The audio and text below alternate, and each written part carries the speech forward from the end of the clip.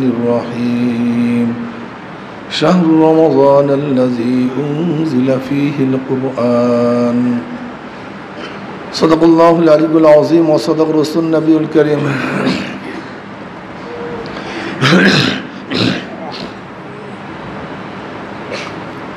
আল্লাহ পাক রব্বুল আলামিন দরবার লাখ শুকরিয়া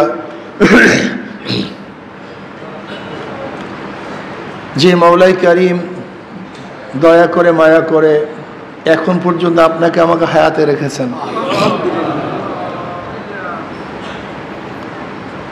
গোটা দুনিয়ার মধ্যে আজকে দিনও বহুত মানুষ দুনিয়ার থেকে বিদায় হয়ে গেছে। বাংলাদেশে বহুত মানুষ আজকে দুনিয়ার থেকে বিদায় হয়ে গেছে। বরিশাল জেলায় গিয়া দেখেন কত মানুষ, বরিশাল থানার মধ্যে, এমনকি ইউনিয়নের মধ্যেও মানুষ আজকে দুনিয়াতে নেই, কিন্তু আল্লাহ পাক আপনাকে আমাকে এখনো হায়াতে রেখেছে। কি নিয়ামত না ভাই? কত মানুষ জিন্দা আছে, অসুস্থ, বিছানায়, হসপিটালে, কেউ অ্যাক্সিডেন্ট, কেউ হার্ট ডিজিজ, কত ঝামেলার মধ্যে আছে, শেষ নাই, কিন্তু আল্লাহ পাক আপনাকে আমাকে সুস্থ রেখেছে।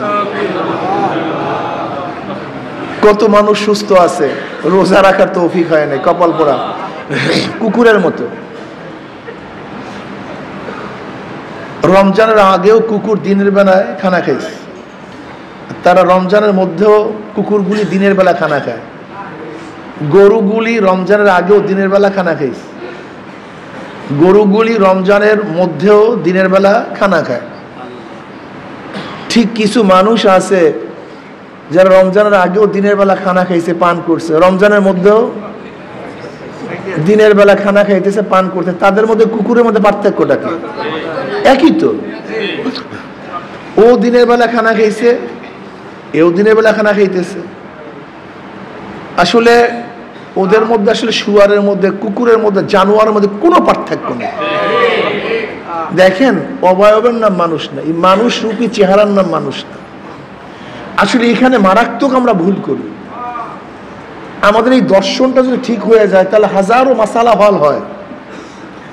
আমরা মনে করি হাত পা, চক্ষু, কান, নাক, এই যে শরীরের গঠনের নাম মানুষ। আসলে এইটা চরম ভুল। এই আকৃতির নাম মানুষ না, এই চেহারার নাম মানুষ না, এই অবয়বের নাম মানুষ না। মানুষ এটা ভিন্ন জিনিস। যদি অবয়ব চেহারার নাম মানুষ হয়, তা চোরকে আপনি চোর বললেন কেন? তার অবয়ব তো ঠিকই আছে, তার চক্ষু, নাক, কান, চোরে ঠিক আছে না? তা চোর বললেন কেন? ডাকাতকে ডাকাত বললেন কেন? ধর্ষককে ধর্ষক বললেন কেন? জালেমকে জালেম বললেন কেন? তার মানিটা কি? আসলে অবাধ কিচ্ছু না, এটা তো পয়সা যাবে, গইলা যাবে, ধ্বংস হয়ে যাবে। সুম্মা রাদাদনাহু আসফালা সাফিলিন। ওমর বিন আব্দুল আজিজ রহমাতুল্লাহ আলাইহি, যাকে আমরা পঞ্চম খলিফা মনে করি, এই ওমর বিন আব্দুল আজিজ রহমাতুল্লাহ আলাইহি বলেন, তুমি যাকে যত মহব্বত করো, যাকে যত ভালোবাসো, সে মারা যাওয়ার 3 দিন পরে তার চেহারার দিকে তাকাতে পারবে না, তার কাছেও যেতে পারবে না। ফুলে গেছে, পচন ধরছে, পুইস পড়তেছে, চেহারা বিবর্ষ হয়ে গেছে। এই তো আমাদের হাকিকত। हकीकत से तो दुनिया बेखबर है, दुनिया की नुमाइश पर नजर है। এইটাই তো হাকিকত, এটার নাম মানুষ না। একজন চোর, ডাকাত, বদমাশ, খুনি, ধর্ষক, তাদের আকৃতি, অবয়ব সবই ঠিক, কিন্তু তাদের মর্যাদা, একজন আল্লাহওয়ালা, তাদের চেহারা, অবয়ব সবই এক, কিন্তু তাদের মর্যাদা কিন্তু এক না। নবী আলাইহিস সালাতু ওয়াস সালাম ফরমান, আমার উম্মতের মধ্যে 500 জন বুজুর্গ হবে, নির্দিষ্ট বুজুর্গ, সম্মানিত বুজুর্গ, এবং 40 জন আবদাল থাকবে। তারা দুনিয়ার থেকে বিদায় হওয়ার পরেই সে স্থানে আরেকজন চলে আসবে। কয়জন আবদাল? 40 জন আবদাল থাকবে, এবং 500 বুজুর্গ, খাস বুজুর্গ থাকবে। তাদের একজন বিদায় হওয়ার সাথে সাথে আর একজন সেই স্থল বিশুক্ত হয়ে যাবে। সাহাবারা বলছেন, ইয়া নবী আল্লাহ, তাদের চেনার কোনো কায়দা আছে? বলে, হ্যাঁ, কায়দা আছে। তাদের কায়দা হলো তাদেরকে জুলুম করলে তারা মাফ করে দেয়, তাদেরকে জুলুম করে তারা মাফ করে দেয়, জুলুম অত্যাচারের প্রতিশোধ গ্রহণ করে না। তারা মানুষের সাথে ভালো ব্যবহার করে, রিজিকের থেকে মানুষকে দান করে। এই হলো তাদের আখলাক, এই হলো তাদের চরিত্র। অথচ তারা কিন্তু মানুষ, কিন্তু তাদের মর্যাদা আমাদের মর্যাদা কোথায়? উমর ইবনে খাত্তাব রাদিয়াল্লাহু তাআলা আনহু ইসলাম গ্রহণ করার আগে যে চেহারা ছিল, ইসলাম গ্রহণ করার পরে একই চেহারা, চেহারার পরিবর্তন হয় না। কিন্তু কোথায় ওমর আর কোথায় সে আগের ওমর? ইসলাম গ্রহণ করার আগের ওমর আর ইসলাম গ্রহণ করার পরের ওমর কিন্তু এক ওমর না, কিন্তু চেহারার পরিবর্তন হয়নি। আমি বারবার এই কথাটাই বুঝাতে চাই যে আসলে মূল ব্যাপারটা কোন জায়গায়। কলব, আসল খেলতাম আসলে কলব। ওমর তো ইসলাম গ্রহণ করার আগেও সেই ওমর, কিন্তু ইসলাম গ্রহণ করার পরের ওমর কিন্তু এক ওমর না। কোথায় কি পার্থক্য? দাহিয়াতুল কলবি রাদিয়াল্লাহু তাআলা আনহু ইসলাম গ্রহণ করার আগে তার খবর সবাই জানেন। জাহিলি যুগে কন্যা জন্ম গ্রহণ করাটা এটা খুব লজ্জার বিষয় ছিল, আর ইসলামের মধ্যে কন্যা সন্তান জন্মগ্রহণ করা গৌরবের বিষয়। আর জাহিলি যুগে কন্যা সন্তান জন্মগ্রহণ করা খুব অপমান, লজ্জার বিষয়। এর জন্য ভদ্র বিশিষ্ট লোকেরা কোন কন্যা সন্তান জন্ম হওয়ার সাথে সাথে আল্লাহ তাদের হত্যা করত, তাদের জাতা দাপন করত। আর সরদার দো আলম আলাইহিস সালাতু কি বলেছেন যে একটা কন্যা সন্তান জন্ম দিস এবং তাকে লালন পালন করেছে, দিন শিক্ষা দিছে, আল্লাহ পাক রব্বুল আলামিন তার জন্য জান্নাত ওয়াজিব করে দিয়েছে। কি মর্যাদা দান করছে ইসলাম কন্যা সন্তানদের। অথচ জাহিলি যুগে কন্যা সন্তানদের কোনো মূল্য ছিল না, দাম ছিল না। দাহিয়াতুল কলবি রাদিয়াল্লাহু তাআলা আনহু একটা নয়, দুইটা নয়, নিজের হাতে 70টা নিজের ঔরাদজাত কন্যা সন্তান জাতা দাপন করছে। সম্ভব কিভাবে? জনাব মুহাম্মদ রাসূলুল্লাহ সাল্লাল্লাহু আলাইহি ওয়াসাল্লাম দরবারে আসছে, বলি ইয়া নবী আল্লাহ, আমি পাপিষ্ট, আমি বদকার, আল্লাহ কি আমার গুনাহ মাফ করবেন? নবী আলাইহিস সালাতু বলেন, দাহিয়া তওবা করো, ইস্তেগফার করো, মাওলার কাছে মাফ চাও, আল্লাহ সমস্ত গুনাহ খাতা মাফ করে দেবেন। দাহিয়াতুল কলবি রাদিয়াল্লাহু ইয়া নবী আল্লাহ ইয়া রাসূলুল্লাহ, আমি ওই গুনার কথা ভুলতে পারি না, ওই অপরাধের কথা ভুলতে পারি না। আমাকে বারবার সে অপরাধ আমাকে নাড়া দেয়, আমি সহ্য করতে পারি না। ইয়া নবী আল্লাহ ইয়া রাসূলুল্লাহ, আমার স্ত্রীর গর্ভে একটা সন্তান আসছে, আমি সফরে গেলাম, অনেক দিন পর সফর থেকে আসছে। আমি স্ত্রীকে বললাম, তোমার সন্তানের অবস্থা কি? সে কি জন্ম হয় নাই? বলছি সে মারা গেছে। অথচ আমার সেই সন্তান মারা যায় নাই, আমার সন্তানটা ছিল একটা মেয়ে সন্তান, কন্যা সন্তান, আমি তাকে মেরে ফেলবো এই ভয়ে আমার স্ত্রী তাকে তার নানা বাড়িতে রাখছে, আমার ঘরেতে রাখে নাই। কন্যা সন্তান রাস্তায় বড় হয়েছে। আপনারা জানেন দাহিয়াতুল কলবি রাদিয়াল্লাহু তাআলা আরবের মধ্যে সবচেয়ে বেশি আকর্ষণীয় চেহারা ছিল, সবচেয়ে বেশি সুন্দর ছিল। এমনকি দাহিয়াতুল কলবি রাদিয়াল্লাহু এত বেশি সুন্দর ছিল, সে রাস্তায় যখন নামতেন সবসময় মুখ আবৃত করে নামতেন, ফিতনার ভয়ে। মহিলারা সহ্য করতে পারতো না তাকে দেখলে, এত আকর্ষণীয় চেহারা ছিল। বুঝেন তো তার কন্যা কেমন চেহারাওয়ালা, ফুটফুটে চাঁদের মতো, এত সুন্দর। বাচ্চা কথা বলতে পারে, বাবাকে বাবা ডাকে, 4-5 বছর বয়স, চিনতে পারে, দেখতে পারে, আদর করতে পারে, স্নেহ করতে পারে, মোহাব্বত করতে পারে, ভালোবাসতে পারে। এই অবস্থা, এত সুন্দর চেহারা।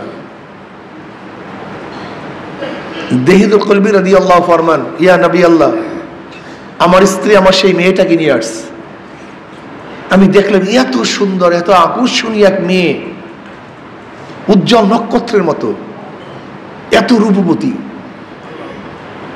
আমি আমার স্ত্রীকে বললাম, এটা কে? এটা তো আপনার মেয়ে। আমি ভুল বলেছিলাম, আপনার সাথে অসত্য কথা বলেছিলাম। আমার গর্বের মধ্যে যে সন্তান ছিল, এইটাই সেই সন্তান। ইয়া নবী আল্লাহ, ইয়া রাসূল, আমি এত খারাপ ছিলাম, এত পাপিষ্ঠ ছিলাম, আমার মধ্যে তাকে হত্যা করার মতলব চলে আসছে। আমি তাকে হত্যা করব। একদিন আমার স্ত্রীকে বললাম, মেয়েটাকে সাজিয়ে দাও, আমি তাকে তার নানা বাড়িতে নিয়ে যাব। ইয়া নবী আল্লাহ, ইয়া রাসূলুল্লাহ, আমার স্ত্রী খুবই খুশি। সে ভাবছে আমি তাকে গ্রহণ করছি, তাকে মেনে নিয়েছি। আমার স্ত্রী তাকে সুন্দর মতো সাজিয়েছে। এখন দেখতে আরো ফুটান্ত ফুটান্ত গোলাপের মতো, এত আকর্ষণীয় এক মেয়ে। আমি মেয়েকে নিয়ে রওনা করলাম। আগের থেকেই পাহাড়ের কিনারায় আমি এক গর্ত খনন করেছিলাম। ইয়া নবী আল্লাহ, ইয়া রাসূলুল্লাহ, আমি মেয়েকে নিয়ে রওনা করছি। যেহেতু মেয়ে একটু বড়, তার নানা বাড়ির পথ সে জানে। আমি যখন অন্য পথ ধরছি, মেয়ে বলতেছে, আব্বু কোথায় নিয়ে যাও? এই যে তোমার নানা বাড়ির পথ না। আমি বললাম, তুমি কয়টা চেনো নানা বাড়ির পথ? আমি ধমক দিলাম। মেয়ে হাঁটতেছে। ইয়া নবী আল্লাহ, ইয়া রাসূলুল্লাহ, আমরা চলতে চলতে যখন পাহাড়ের কিনারায় চলে আসছে, দূরের থেকে যখন মেয়ে ওই গর্ত দেখছে, অমনি মেয়ে কান্নাকাটি শুরু করছে, আব্বু আমাকে মাফ করে দাও, আমাকে ক্ষমা করে দাও, আমি তোমাকে আব্বু ডাকবো না, আমি তোমাকে পরিচয় দেব না। আমি জোর করে তাকে টেনে হেসড়ে গর্তের কিনারে নিয়ে আসছি। বাচ্চা আমার পাও জড়াইয়া ধরে, কান্নাকাটি করে, আব্বু আমাকে মাফ করো, আমাকে ক্ষমা করো, আমি তোমাকে বাপ পরিচয় দেব না, তোমার কাছে আসবো না। কিন্তু ইয়া নবী আল্লাহ, আমার কলব এত পাথরের মতো ছিল, এত খারাপ ছিল, আমার মধ্যে কোনো মায়া আসে নাই। ইয়া নবী আল্লাহ, ইয়া রাসূলুল্লাহ, আমি আমার বাচ্চাকে ধাক্কা দিয়ে গর্তের মধ্যে ভালায় দিয়েছি।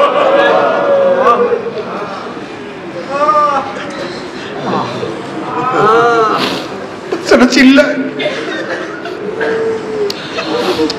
বলে, আব্বু আমাকে মাফ করো, আমাকে হত্যা করিও না।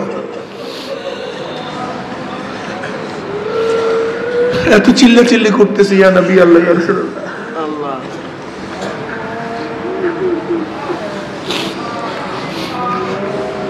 আমার মনের মধ্যে কোনো কমতি আসে নাই, নরমি আসে নাই। ইয়া নবী আল্লাহ, আমি সেই জ্যাঠা মেয়েটাকে, ফুটফুটি মেয়েটাকে আস্তে আস্তে মাটি চাপা দিয়ে ফেলেছি। ইয়া নবী আল্লাহ, এই কষ্ট আমি সহ্য করতে পারি না, এই গুনাহকে আমার মাওলা আমাকে মাফ করবে। নবী আলাইহিস সালাতু ওয়াস সালাম বলেন, দাহিয়া কোন মানুষ করতে পারে, মানুষ সহ্য করতে পারে? নবী আলাইহিস সালাতু ওয়াস সালাম চোখের পানি ছাড়িয়ে দিয়েছেন, সাহাবারা চোখের পানি ছাড়িয়ে দিয়েছেন।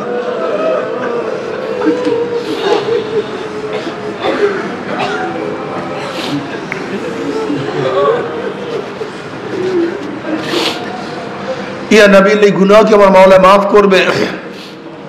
দাহিয়া, এই তওবা করার মতো তওবা করতে পারো, ঈমান আনতে পারো, ঈমানকে মজবুত করতে পারো, আমার মাওলা এই গুনাহ মাফ করে দেবেন। এই দাহিয়াতুল কলবি রাদিয়াল্লাহু তাআলা এত নিকৃষ্ট ছিলেন, কিন্তু ঈমান আনার পর, ইসলাম গ্রহণ করার পরে জিবরিল আলাইহিস সালাতু ওয়াস সালাম অধিকাংশ সময় এই দাহিয়াতুল কলবি রাদিয়াল্লাহু তাআলা আনহুর সুরাত ধরে তারপর দুনিয়াতে আসতেন। বাবার চেহারার নাম মানুষ না, এইটার নাম মানুষ না।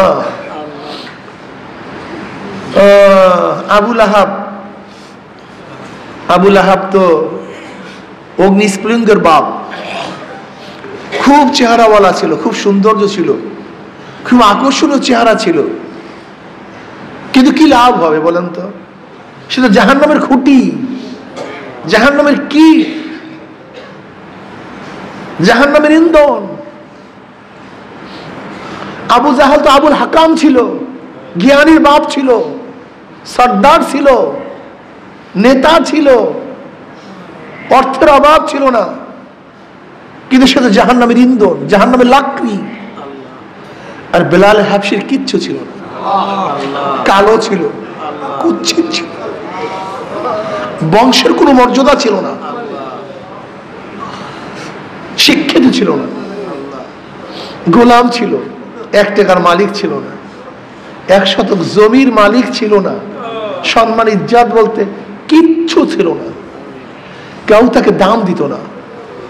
কিন্তু কলবটা পরিবর্তন হওয়ার পরে এত দামি হয়ে গেছে। বেলাল হাবশি হাটে জমিনের মধ্যে, পায়ের আওয়াজ আরশের মধ্যে। এইটা মনে রাখতে হবে, ঘটনাটা কি, পরিবর্তনটা কি হয়েছে। পাও জমিনের মধ্যে, হাটে জমিনের মধ্যে, পায়ের আওয়াজ আরশের মধ্যে, পরিবর্তনটা কি হয়েছে। চেহারার পরিবর্তন হয় না, হাতের পরিবর্তন হয় না, কানের পরিবর্তন হয় না, চোখের পরিবর্তন হয় নাই, ওই শৈলের মধ্যে, সিনার মধ্যে যেটা কলব, ওই কলবটা পরিবর্তন হয়, আর কিচ্ছু না, আর কিচ্ছু না, খেলা কলবের মধ্যে। বেলাল হাবশি আজান দেয় জমিনের মধ্যে, 7 তবক আসমান ভেদ করে আজানের আওয়াজ চলে যায় আরশের মধ্যে। কিয়ামতের ময়দানে সমস্ত মানুষ উঠবে পায়ে হাঁটিয়া হাঁটিয়া, আর বেলাল হাবশি তার মর্যাদার কারণে কিয়ামতের ময়দানে উঠবে উটের পিঠে চড়িয়া। উমর ইবনে খাত্তাবের মতো বিশ্বজোড়া প্রেসিডেন্ট, প্রাইম মিনিস্টার, অর্ধজাহানের বাদশা, সে পর্যন্ত বেলাল হাবশি রাদিয়াল্লাহু তাআলা আনহুকে যখন সম্বোধন করতেন, সাইয়্যিদুনা বেলাল, আমাদের সর্দার, আমাদের নেতা বেলাল। কি পরিবর্তন হয়েছে বলেন তো। বেলাল হাবশি সে 1400 বছর আগে চলে গেছে, আজও চরমোনাই জামে আর আল কারিম মসজিদে তার বয়ান চলতেছে। কি কামাই করছে।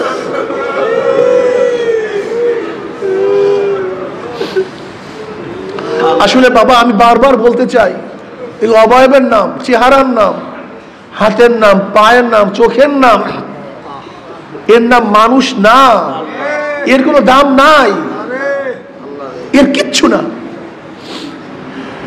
মূল ব্যাপারটা কলব।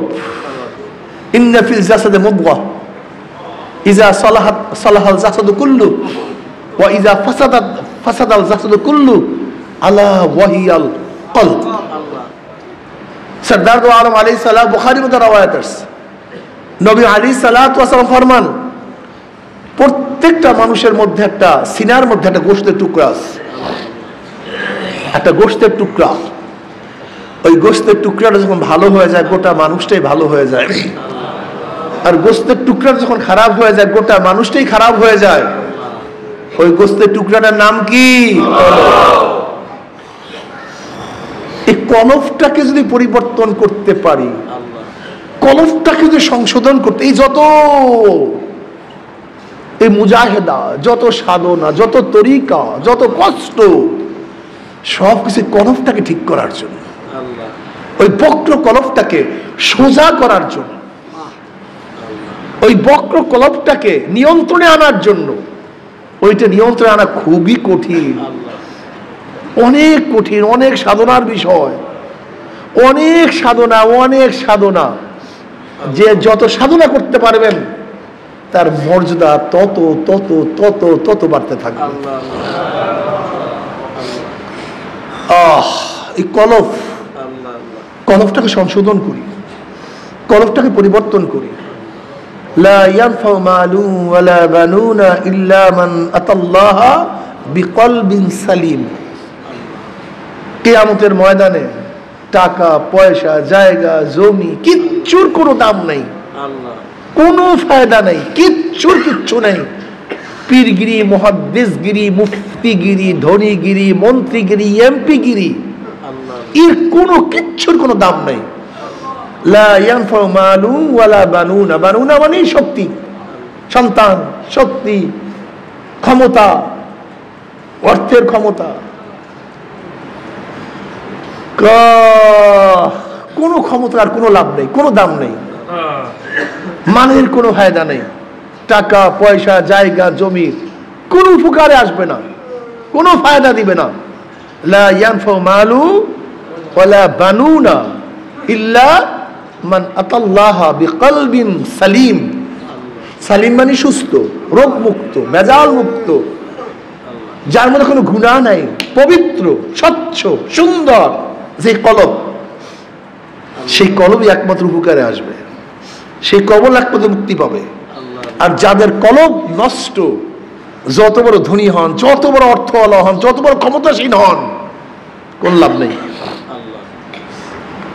এর জন্য এই কলবটাকে সুস্থ করতে পারবো, এই কলবটাকে সুস্থ করা চাই। রোগ কলবের মধ্যে এক্সের রোগ, এই কলবকে পরিষ্কার করতে গেলে সাধনা করতে হবে। ইব্রাহিম বিন আদম রাহমাতুল্লাহ আলাইহির ঘটনা বারবার আপনারা শোনেন। ওয়াযাক্কির ফা ইন্না যিকরা তানফাউল মুমিনিন। ছাদের মধ্যে আওয়াজ, কিসের আওয়াজ?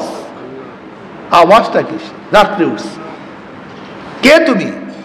মহলের মধ্যে, রাজমহলের মধ্যে। কে তুমি? কি খোঁজ করে? গেলে উঠ খোঁজ করতেছ। উঠ খোঁজ করি। বলে বেয়াকুব, উঠ হারানো গেছে, খুঁজবা বনে জঙ্গলে মরুভূমিতে, ছাদের উপরে উঠ আসবে কিভাবে? এখানে উঠ পাওয়া যায়? বেয়াকুব কোথাকার। তখন ওই পথিক বলতেছে, আমি বেয়াকুব না, বেয়াকুব তুমি। যেরকম ছাদের উপর উঠ পাওয়া যায় না, আরামের বিছানায় মাওলাকে পাওয়া যায় না। কারবার হয়ে গেছে। ওয়াজ তো বেশি লাগে না, আসলে তাসাউফ পন্থীদের ওয়াজ কম, কাজ বেশি। তাদের ওয়াজ কম, কাজ মনে রাখবেন। সবাই কিন্তু এক মানেন না, সোয়া লক্ষ সাহাবী সবাই এক মানেন না, সবার আশারা মুবাশশারা না, সবাই দুনিয়াতে জান্নাতের সুসংবাদ পান নাই। এই সোয়া লক্ষ সাহাবীদের মধ্যে সবাই কিন্তু খোলাফায়ে রাশিদিন না। পার্থক্য আছে কি নেই? সমস্ত নবীদের মর্যাদার মধ্যে পার্থক্য আছে কি নেই?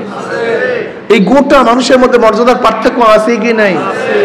চরমোনাই সমস্ত মুজাহিদের মধ্যে পার্থক্য আছে কি নাই?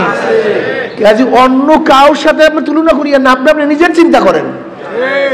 এই মাত্র হাদিস শুনাইলাম, নবী আলাইহিস সালাতু ওয়াস সালাম বলছেন, আমার উম্মতের মধ্যে 500 জন কি থাকবে? বুজুর্গ থাকবে, বিশেষ বুজুর্গ, এবং 40 জন আবদাল থাকবে। অথচ কোটি কোটি মানুষ, শত শত কোটি মানুষ। আপনি ভাবিয়েন না সবাই এক মর্যাদা, সবাই এক দামি না, পাগল। সবাই এক দামি না, সবাই এক মর্যাদা না।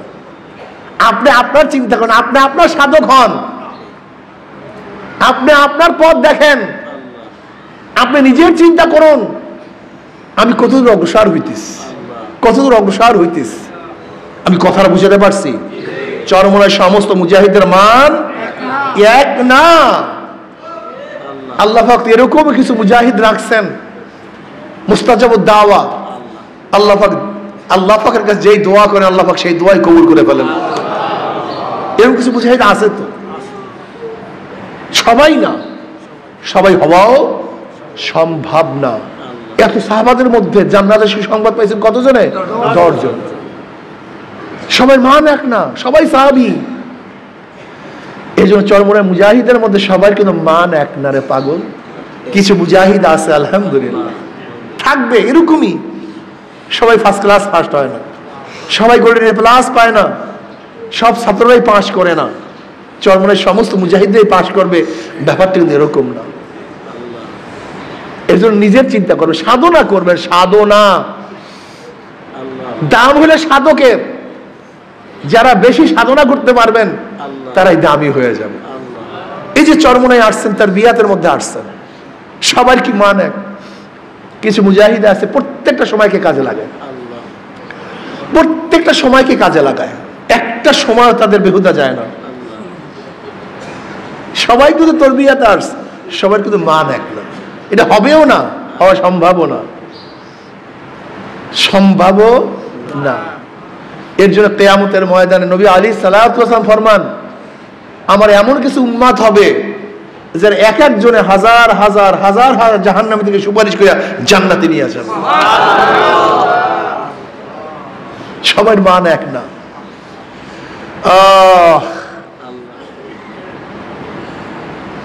সাধনা করতে হবে। রশিদ আহমদ গঙ্গুই রহমতুল্লাহ আলাই, রশিদ আহমদ গঙ্গুই রহমতুল্লাহ আলাই ফারেক হওয়ার পরে হাজী সাহেব রহমতুল্লাহ আলাই একই সাথে গেলেন হাজী সাহেব রহমতুল্লাহ কাছে বয়াত হওয়ার জন্য। কাসেম নাউদ্দিন রহমতুল্লাহ আলাইর সাথে একই সাথে হাজী সাহেব রহমতুল্লাহ কাছে বয়াত হওয়ার পরে গেছে, বয়াত হওয়ার জন্য গেছেন। বয়াত হওয়ার পরে হালাত কি, হালাতের মধ্যে কি যে পার্থক্য চলে আসছে যার চিন্তা করতে পারবেন না। কি পার্থক্য চলে আসছে। সাধনা করতে করতে করতে করতে রশিদ আহমদ গঙ্গুর আহমদ কুতুবুল আলম হয়ে গেছে। কুতুবুল আলম, গোটা আলমের কুতুব তিনি। কেমন কুতুব ছিলেন।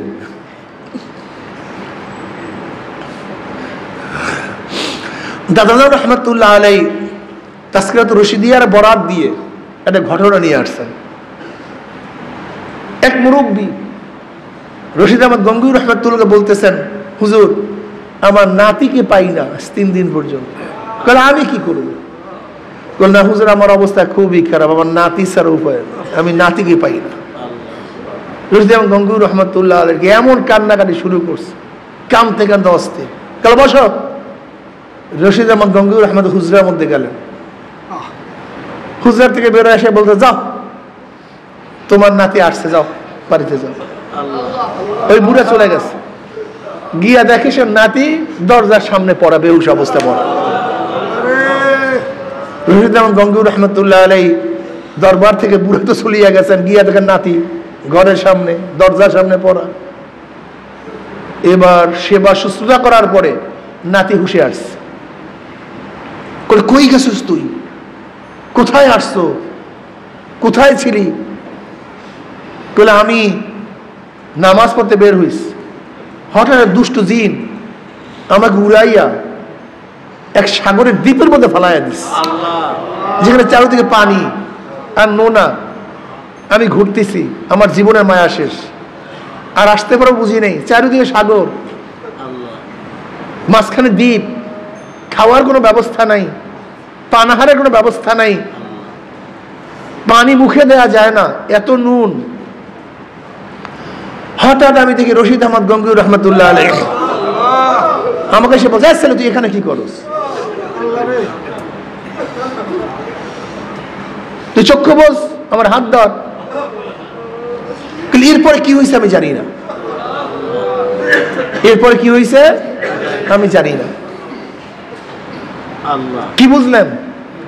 আল্লাহর কুতুবদের হালাত, তাদের অবস্থা, এটা সবসময় হওয়া সম্ভব না। এটা আল্লাহ প্রদত্ত। এটা কার প্রদত্ত? এটা আল্লাহ প্রদত্ত। বুখারীর মধ্যে বহুত রওয়ায়াত আসছে, কারামতের বহুত রওয়ায়াত আসছে, সাহাবাদের থেকে কারামতের বহুত ঘটনা আসছে। বুখারীর মধ্যে এক রওয়ায়াত আসছে, 2 সাহাবী নবী আলাইহিস সালাতু ওয়াস সালামের দরবার থেকে রাতে নামলেন, অন্ধকার, কিন্তু যখনই নামছেন দেখে সামনে একটা আলো। তারা হাঁটতেছেন, আলো সামনে পথ দেখাইতেছে। তারা অনেক দূর যাওয়ার পরে দুইজনের রাস্তা ভাগ হয়ে গেছে, একদিকে আরেকজন অন্যদিকে। আলোটা ভাগ হয়ে উভয়কে আলো দেখতে দিতে ঘর পর্যন্ত পৌঁছাইয়া দিস। বুখারীর মধ্যে রওয়ায়াত আছে। এরকম বহুত কারামত সাহাবাদের থেকে, আল্লাহ ওয়ালাদের থেকে আসছে, যে ইনশাআল্লাহ আরেকদিন বয়ান করা হবে। তা আল্লাহ ওয়ালারা, আল্লাহর কুতুবরা কখনো কখনো যখন তাদের মধ্যে কারামত জারি হয়, গোটা দুনিয়াকে পান ডালার মতো দেখে। যেরকম পান ডালার মধ্যে কোন জায়গায় চুন, কোন জায়গায় কি সবকিছু দেখা যায়, ঠিক তাদের কাছে আল্লাহ পাক গোটা দুনিয়ার পর্দাকে উঠাইয়া দেন। এটা তাদের ইচ্ছা হয় না, এটা যালিকা ফাদলুল্লাহি ইউতিহি মান ইয়াশা। এটা আল্লাহ পাক যাকে দান করেন তার থেকে সম্ভব, অন্য কার থেকে সম্ভব না। যাই হোক, এর জন্য কলমের পরিবর্তন। রশিদ আহমদ গঙ্গুই রহমতুল্লাহ হালাত, তার হাত পরিবর্তন হয়নি, তার চক্ষু পরিবর্তন হয়নি, কিন্তু আল্লাহ পাক রব্বুল আলামিন তাকে যে এই মর্যাদা দিয়েছেন, কি পরিবর্তন হওয়ার কারণ? কলবটা পরিবর্তন হওয়ার কারণ, অন্য কিছু না। খেলাটা হলো কলব। ব্রিটিশ আন্দোলনের পরে রশিদ আহমদ গঙ্গুই রহমতুল্লাহ আলাই, কাসেম নামদুর রহমতুল্লাহ আলাই, হাজরত রহমতুল্লাহ আলীর উপর বহু নির্যাতন, যে নির্যাতনের শেষ নেই, সীমা নাই। রশিদ আহমদ গঙ্গুই রহমতুল্লাহ আলাইকে অ্যারেস্ট করছে, তাকে জেলখানায় বন্ধ করে ফেলছে। কিন্তু কাসেম নামদুর রহমতুল্লাহ আলাইকে এখন অ্যারেস্ট করতে পারে নাই। ব্রিটিশ পুলিশে খুঁজতেছে, ঘুরতেছে, কোথায় পাওয়া যায়। এর মধ্যে কিছু মুনাফেক আছে না, ওই মুনাফেকরা ব্রিটিশ পুলিশদেরকে নিয়ে আসছে সাত্তা মসজিদে। সাত্তা মসজিদ যেখানে কাসেম নামদুর রহমতুল্লাহ আলাই থাকতেন, মোরাকাবা করতেন। সাত্তা মসজিদ হযরত কাসেম নামদুর রহমতুল্লাহ সাত্তা মসজিদের মধ্যে এর শাখের পরে, এর মধ্যে ওই মুনাফেক বাহিরের থেকে, মসজিদের বাহিরের থেকে ব্রিটিশ পুলিশদেরকে বলতেছে, ওই যে দেখো, ওই যে কাসেম নানুতুবি, ওইটাই কি কাসেম নানুতুবি। এর মধ্যে পিছন থেকে দেখছে তো মুনাফেক তো চলে গেছে, পুলিশ অন্যদিক দিয়ে ঢুকছে, আসিয়া কাসেম নানুতুবি রহমতুল্লাহকে বলতেছেন, কাসেম নানুতুবি কি, কোথায়? কাসেম নানুতুবি রহমতুল্লাহ আলাই তার জায়গা থেকে সরে বলতেছে, একটু আগে তো ওখানে ছিল, একটু আগে তো, এটার নাম মান্তিক, তাকিয়া। কাসেম নানুতুবি রহমত ইমামুল মান্তিক ছিলেন, মান্তিকের ইমাম ছিলেন, মারাত্মক মান্তিকি ছিলেন কাসেম নানুতুবি রহমতুল্লাহ আলাই, অনেক মান্তিকি ছিলেন।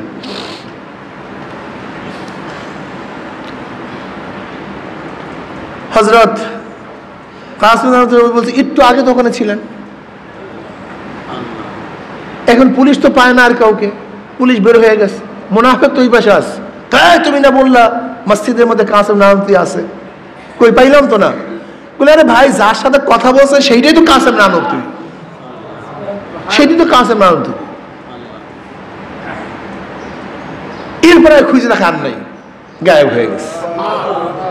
রশিদ আহমদ গঙ্গুই রহমতুল্লাহ আলাইকে যখন পুলিশ অ্যারেস্ট করিয়া রেলে নিয়ে যাইতেছে, রশিদ আহমদ গঙ্গুই রহমতুল্লাহ আলাই জানলার বাইরে তাকাই একটা হাস দিস। সাথীরা প্রশ্ন করে, হাসলেন কেন? বলে, ভাই কাসেম আমার সাথে দেখা করতে আসছিল, ভাই কাসেম আমার সাথে দেখা করার জন্য আসছিল। কি বুঝলেন? এবার আসেন হাজরত রহমতুল্লাহ আলাইহির কাছে গিয়ে উবাইর এখন ফজিলাত বয়ান করতেছে। হাজরত রহমতুল্লাহ আলাইহির কাছে গিয়ে বলতেছে শাগরেদরা যে, আপনি কাসেমের উপর রশিদ আহমদকে বেশি মর্যাদা দান করেন, আপনি রশিদের চেয়ে কাসেমকে একটু মর্যাদা কম দান করেন, অথচ রশিদ আহমদ গঙ্গুই রহমত অ্যারেস্ট হয়ে গেছে, কিন্তু কাসেম রহমতুল্লাহ অ্যারেস্ট করেছে, কিন্তু গায়েব হয়ে গেছে। কাজে তো স্পষ্ট বুজুর্গি, যে বুজুর্গি কার মধ্যে ছিল না? রশিদ আহমদ গঙ্গুইর মধ্যে ছিল না। সে তো অ্যারেস্ট হয়েছে, কিন্তু কাসেম নানুতুবি রহমতুল্লাহকে অ্যারেস্ট করতে পারে নাই, সে তো গায়েব হয়ে গেছে। এবার হাজরত রহমতুল্লাহ বলছে, এইটাই তো রশিদের বুজুর্গির আলামত। কিন্তু অ্যারেস্ট হওয়া, জেলে যাওয়াটা সুন্নাত, যে এটা রশিদ আহমদ পালন করতে পারছে, কিন্তু কাসেম সেটা পালন করতে পারেনি। কথাটা বুঝাতে পারছি? আল্লাহু আকবার। যাই হোক, আমি যেটা বলতেছিলাম যে এই যে পরিবর্তনটা, কিসের পরিবর্তন? কথা কয় না। এই যে পরিবর্তনটা কিসের পরিবর্তন? রশিদ আহমদ গঙ্গুই রহমতুল্লাহ আলাই তো হাফিজুল হাদিস, ফকিহুন নফস, সামনের জানা জানে, লামিউ দেরারি যা সরার কিতাব, বুখারী সিয়াসতের কিতাবগুলি একাই পড়াতেন, ফকিহুন নফস, এত বড় জানুয়া। অথচ হাজরত রহমতুল্লাহ আলাইহির মতো কাফিয়া পাশ এক ব্যক্তির কাছে বয়াত হওয়ার পরে এমন কি পরিবর্তন আসলো যে রশিদ আহমদ গঙ্গুই রহমতুল্লাহর অবস্থা কি জানেন? একদিন তার এক সাগরেদ এসে বলতেছে, হযরত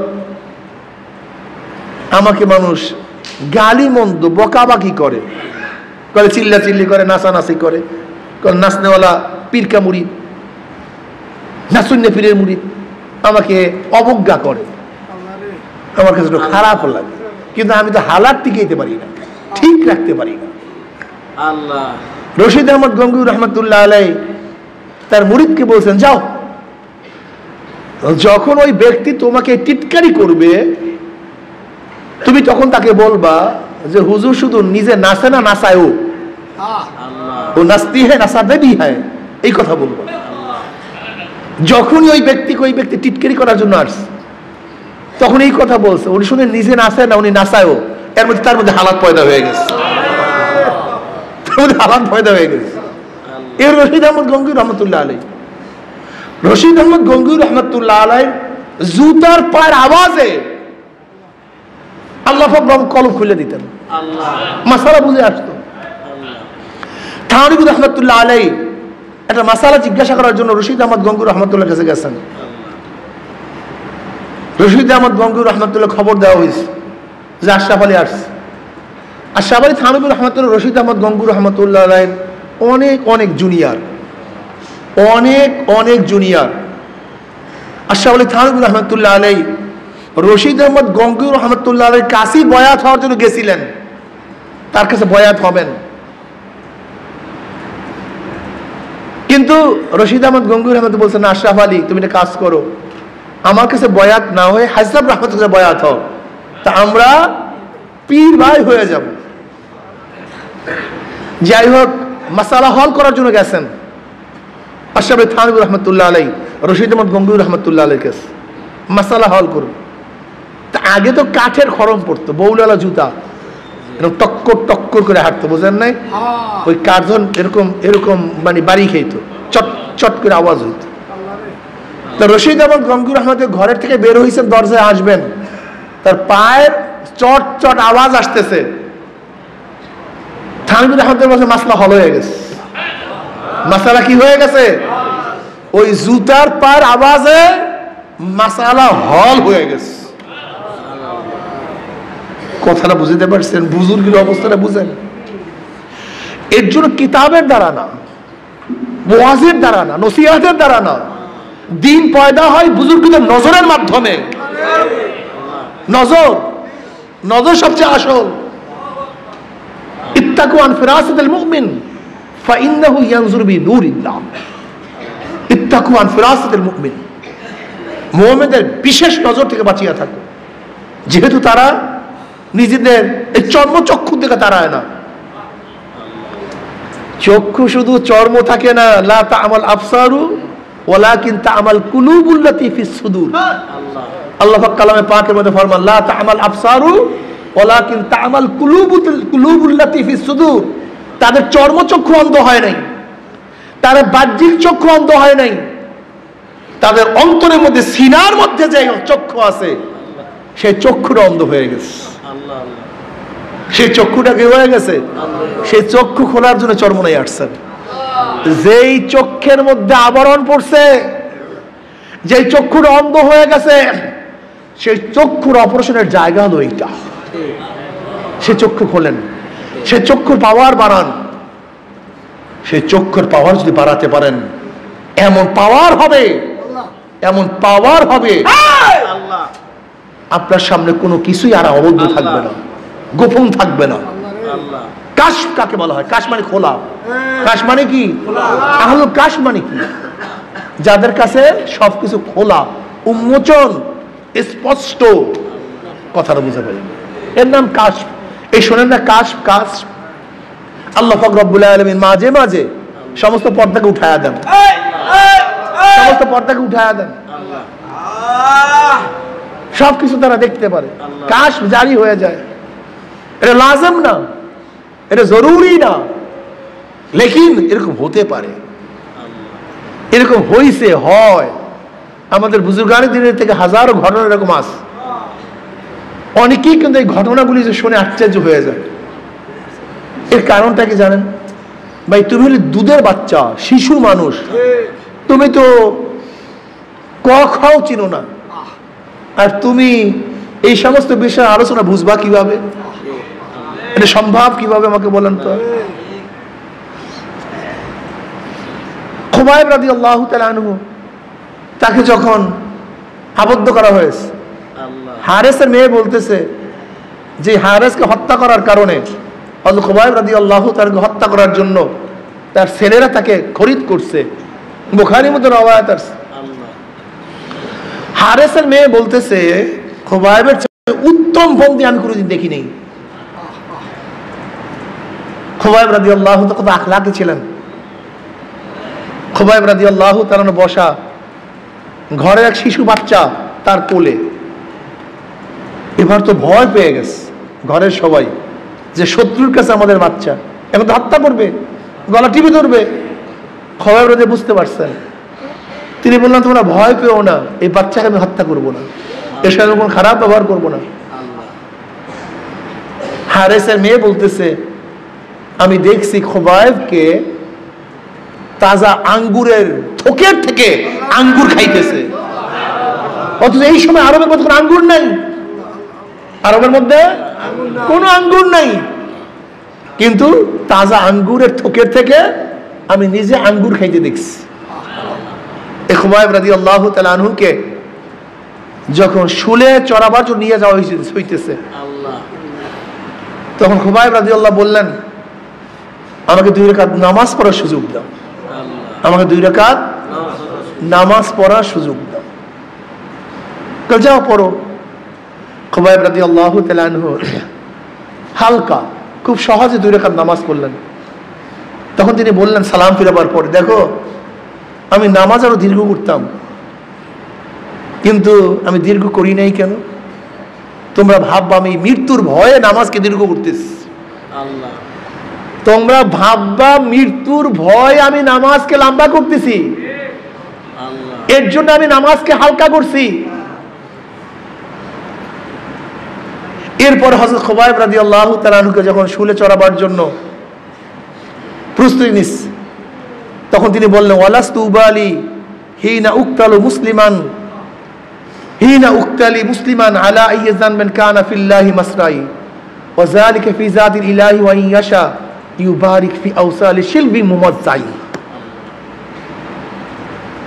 ফালাস্তু উবালি হিনা উক্তালু মুসলিমান, আমার কোনো টেনশন নাই, কোনো চিন্তা নাই, যেহেতু আমি মুসলমান অবস্থায় শাহাদাত বরণ করতেছি। ওয়ালাস্তু উবালি হিনা উক্তালু মুসলিমান, যে আমি মুসলমান অবস্থায় মারা যাইতেছি, শহীদ হইতেছি, আমার টেনশন কি, আমার চিন্তা কি? আলা আইয়ি শাক্কিন কানা ফিল্লাহি মাসরাই, অন্য রওয়ায়াত আলা আইয়ি জানবিন কানা ফিল্লাহি মাসরাই। তোমরা কাবার দিকে মুখ ফিরে আমাকে হত্যা করো অথবা অন্যদিকে ফিরে হত্যা করো না কেন, কোনো টেনশন নেই, যেহেতু আমার মৃত্যুটা, আমার রক্ত প্রবাহিত হচ্ছে কার জন্য? একমাত্র আল্লাহর জন্য। ওয়াযালিকা বিল্লাহি ওয়া কানা যালিকা কি হিনা উক্তাল মুসআলা যাইন ওয়াযালিকা ফি যাতিল ইলাহি ওয়া ইন ইয়াশা ওয়াযালিকা ফি যাতিল ইলাহি ওয়া ইন ইয়াশা ইউবারিক ফি আওসালি শিলবি মুমাজ্জাই। আল্লাহ পাক ইচ্ছা করলে আমার প্রত্যেকটা জোড়ার থেকে, আমার প্রত্যেকটা রক্তের ফোঁটার থেকে আল্লাহ পাক রব্বুল আলামিন আমাকে বহুত বহুত বরকত দান করবেন। ইউবারিক ফি আওসালি শিলবি মুমাজ্জাই। তারা শহীদের মুহূর্তেও, জীবন বিসর্জন দেওয়ার মুহূর্তেও তাদের কত সুখ, কত আনন্দ, যে আমার কোনো চিন্তা নাই। ফালাস্তু উবালি হিনা উক্তাল মুসলিমান, আমার কোনো টেনশন নাই, কোনো চিন্তা নাই, যেহেতু আমি মুসলমান অবস্থায় মারা যাইতেছি। কি মজার কথা! আর আমরা মারা যাওয়ার আগে চিন্তা করি আমাদের এই বাড়ির কি হবে, টাকার কি হবে, এইটার কি হবে, সেইটার কি হবে। আর তাদের চিন্তা ফালাস্তু উবালি হিনা উক্তালু মুসলিমান আলা আইয়ি যানবিন কানা ফিল্লাহি মাসরাই ওয়া যালিকা ফি যাতিল ইলাহি ওয়া ইন ইয়াশা ইউবারিক ফি আওসালি শিলবিন মুমাজ্জাই। কত মজার কথা! কলবটাকে পরিষ্কার, আল্লাহ কলবটাকে সাফ করিয়া দাও, কলবটাকে পরিষ্কার করিয়া দাও। কলব আল্লাহ আল্লাহ কলবটাকে সাফ করিয়া দাও। এইটা কিন্তু পরিষ্কার করতে পারে। লা ইয়ানফাউ মালু ওয়ালা বানুনা ইল্লা মান আতাল্লাহা বিকলবিন সালিম। কিয়ামতের ময়দানে একদল মানুষ এত সুস্থ কলব নিয়ে উঠবে, এত পরিষ্কার কলব, গুনাহ নাই, পাপ নাই, এত পাওয়ারফুল কলব নিয়ে কিয়ামতের ময়দানে উঠবে। কালবেরকে যেরকম আকাশের মধ্যে বীজ দিয়ে চমকাবার সাথে সাথে তারা আলো দুনিয়াতে পৌঁছিয়া যায়, তাদের কলবের পাওয়ার এত বেশি হবে, 1 সেকেন্ডের মধ্যে পৌঁছে রাত পাড়ি দিয়ে মাওলার জান্নাতে চলিয়া যাবে। এত পাওয়ারফুল। আল্লাহ আল্লাহ আল্লাহ আল্লাহ, এত পাওয়ারফুল কলব। কোনো গুনাহ নাই, কোনো টেনশন নাই, কোনো চিন্তা নাই, কোনো হিসাব নাই, কোনো নিকাশ নাই। হিসাবা ইয়াসিরা,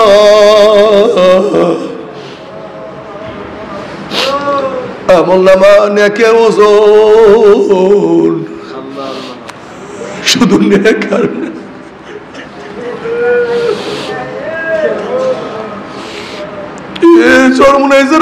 কলমটাকে পরিবর্তন করার, কলমটাকে সাধনা করার চেষ্টা করেন। কলমের মধ্যে যেন কেবের না থাকে, কেবেরকে দূর করার চেষ্টা করেন। রিয়া যেন কলমের মধ্যে না থাকে। আমি যা কিছু করি আমার মাওলার জন্য, অন্য কার জন্য আমি কোনো ইবাদত করি না। আমি সিজদা দেই আমার মাওলার জন্য, আমি রুকু করি মাওলার জন্য, আমি বয়ান করি আমার মাওলার জন্য, আমি দাওয়াত দেই মাওলার জন্য, আমি ইলম অর্জন করি আমার মাওলার জন্য, আমি সব কিছু করি আমার মাওলার জন্য। ইন্না সলাতি ওয়া নুসুকি ওয়া মাহইয়ায়া ওয়া মামাতি লিল্লাহি রাব্বিল আলামিন। আমার জানি ইবাদত, আমার মালি ইবাদত, আমার এই সাধনা, আমার এই চেষ্টা একমাত্র আমার মাওলার জন্য। যদি কলবটাকে পরিষ্কার করতেই পারো, পৌঁছরাত পানি দিয়া মাওলার জান্নাতে চলিয়া যাবা। তুমি কি দেখো না রাবিয়া বসরি রাহমাতুল্লাহি আলাইহা এই কলবটাকে পরিষ্কার করার কারণে আমার মাওলা কি মর্যাদা তাকে দান করছে। একজন মহিলা, অনেকে বলে সে একজন বান্দি ছিলেন, একজন লিউন্ডি ছিলেন, বান্দি ছিলেন, চেহারাও ভালো ছিল না। রাবিয়া বসরি রাহমাতুল্লাহি আলাইহার চেহারাও ভালো ছিল না, গরিব ছিলেন, কিন্তু এত এত কামাই করছে। মাওলার মোহাব্বত কিভাবে অর্জন করছে আল্লাহ। একদিন রাবিয়া বসরি রাহমাতুল্লাহ আলাইহার এক হাতে আগুন আর এক হাতে পানি নিয়ে তিনি দৌড়া শুরু করছে। লোকেরা প্রশ্ন, রাবিয়া কোথায় যাও, এক হাতে আগুন এক হাতে পানি কেন? রাবিয়া বসরি রাহমাতুল্লাহ আলাইহা ফরমান, আমি আগুন দিয়ে মাওলার জান্নাতকে জ্বালাইয়া দেব এবং পানি দিয়ে আমার মাওলার জাহান্নামকে আমি নিভাইয়া দেব। দেখবো লুবির দলেরা কিসের আশায় মাওলার ইবাদত করে, আর দেখবো ভিতুর দলেরা কিসের ভয়ে আমার মাওলার ইবাদত করে। ওরা তো জান্নাত পাওয়ার জন্য ইবাদত করে, ওরা জাহান্নামের ভয়ে ইবাদত করে। ওরা তো আমার মাওলার ভালোবাসায় ইবাদত করে না, ওরা তো আমার মাওলার প্রেমে পড়ে ইবাদত করে না। জান্নাত ও দোজখ সে ইয়ার আব क्या करो, आरज़ू है मैं तुझे साथ देखा करो। बातू दोजख जन्नत हस्ता है जा फिजा, बातू दोजख जन्नत हस्ता है जा फिजा, बेतू जन्नत दोजख हस्ता है दिलरुबा। মাওলা যদি দোজখে গিয়ে তোমাকে পাই, ওই দোজখ আমার জন্য জান্নাত হয়ে যাবে। আর জান্নাতে গিয়ে তোমাকে না পাইলে জান্নাত আমার জন্য জাহান্নাম হয়ে যাবে। আমি চাই শুধু তোমাকে, তুমি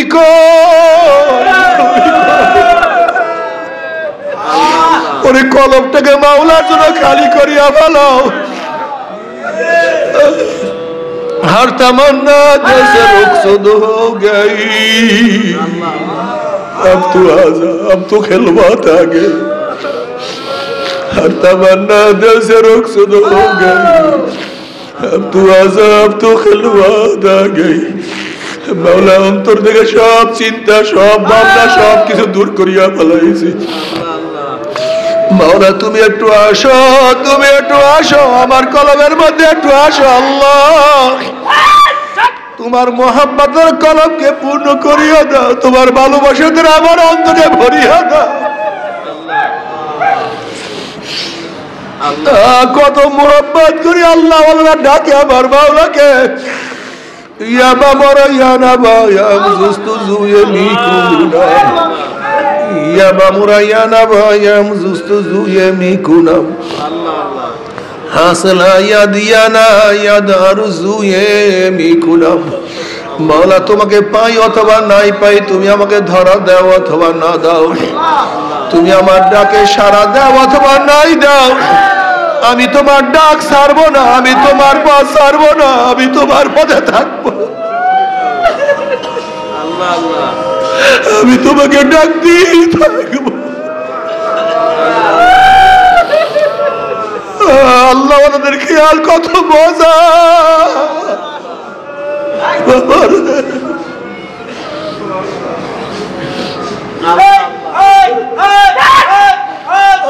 কলমটা যে কত খারাপ, সারাদিন দুনিয়া দুনিয়া দুনিয়া দুনিয়া, নামাজ নাই রোজা নাই ইবাদত,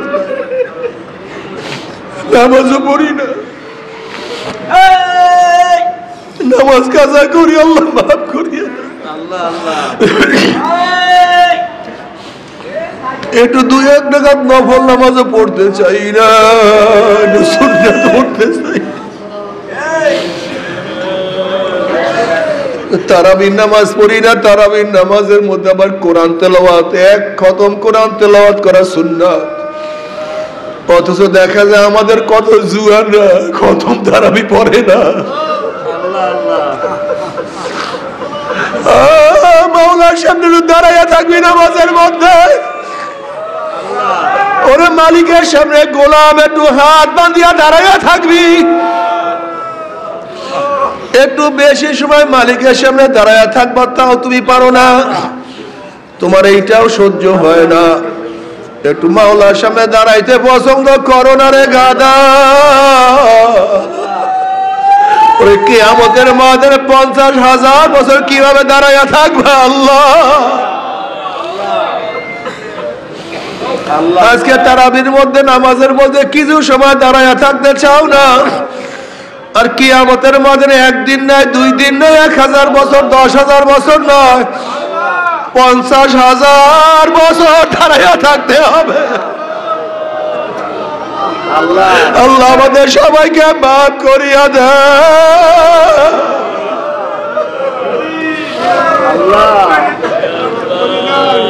বাবার কলমটাকে সোজা করো, কলমটাকে ঠিক করার চেষ্টা করো, রিয়া যেন না থাকে। কেবে উম্মুল আমরাজ, কেবে সবচেয়ে খারাপ, নিজেকে মিটায়া দাও। খোদা মুঝসে মুঝকো দূর কর। আল্লাহ আল্লাহ তুমি আমাকে ভুলাইয়া দাও, আমি কিছু না।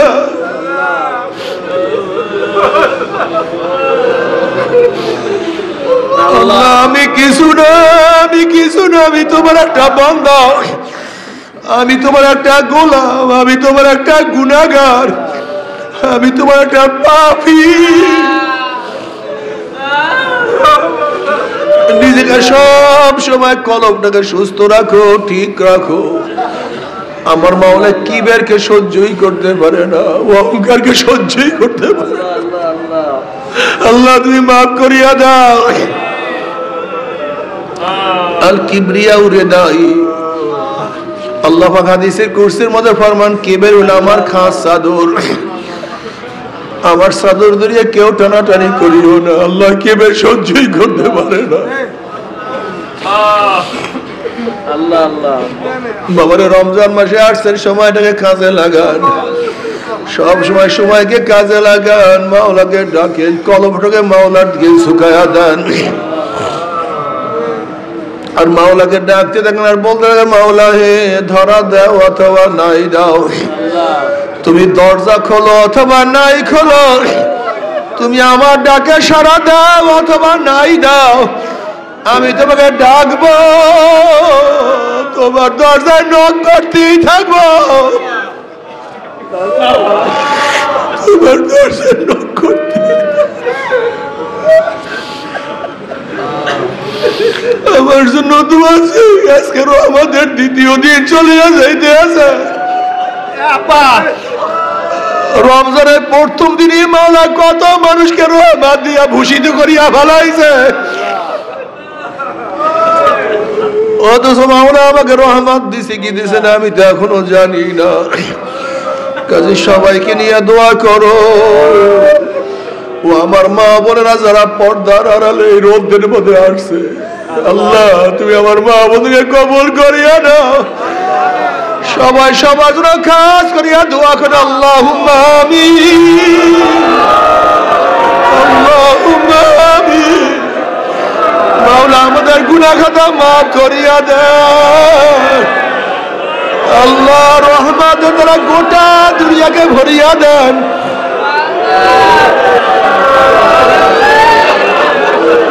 আল্লাহ রহমতের দ্বারা গোটা দুনিয়াকে ভরিয়া দেন। আল্লাহ রহমতের দ্বারা গোটা দুনিয়ার গোটা মাখলুকাত রহমত নাযিল করেন। আল্লাহ আমাদের দেশের উপর রহমত নাযিল করেন, আমাদের উপর রহমত নাযিল করেন। আল্লাহ রহমত থেকে মাহরুম করিয়েন না, আল্লাহ রহমত থেকে মাহরুম করিয়েন না।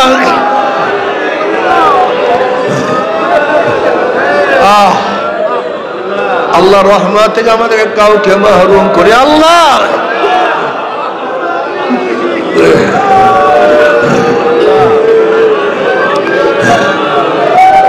আল্লাহ আমাদের সবাইকে মাফ করিয়া দেন, আমাদের সবাইকে ক্ষমা করিয়া দেন।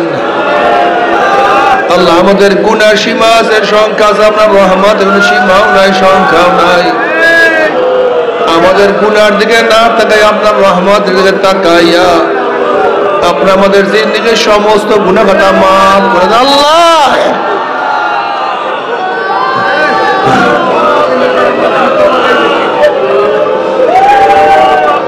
আল্লাহ আমরা যারা হাত তোলা আমাদের সবাই বড় রহমত নাযিল করেন,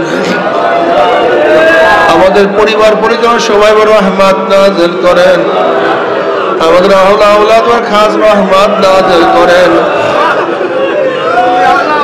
আল্লাহ আমাদের সবাইকে আপনার ওলি হিসেবে কবুল করে নেন, আল্লাহ আপনার ওলি হিসেবে কবুল করে নেন।